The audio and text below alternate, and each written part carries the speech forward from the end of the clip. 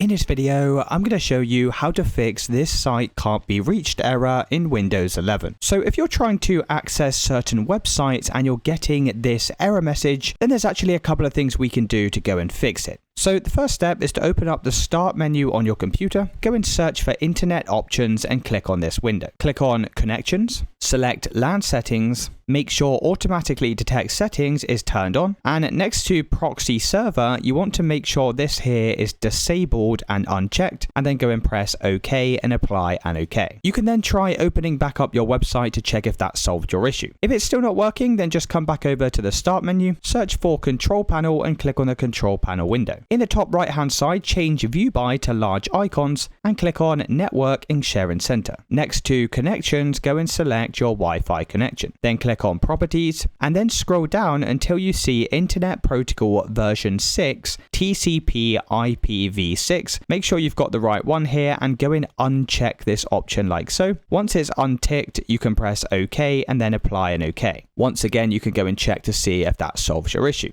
Now, if it's still not working, come back over to your Wi-Fi connection, click on Properties once again, click on Internet Protocol version 4, and this time click on Properties. Change where it says Obtain DNS Server Address Automatically and select Use the following DNS server addresses. Then go and type in 8888 and 8844 and press OK. Close out of this window and check to see if that solves your issue. If you have tried all of these steps and it's still not working, then open up your Start menu, go and search for Settings and click on the Settings window. In the left hand side, select Network and Internet, then click on Advanced Network Settings at the bottom of this page. Scroll down and click on Network Reset and click on Reset Now. Once you've reset your connection, you can check to see if that's now solved your issue. If you did find this video helpful, then let me know in the comments and I'll see you in the next one.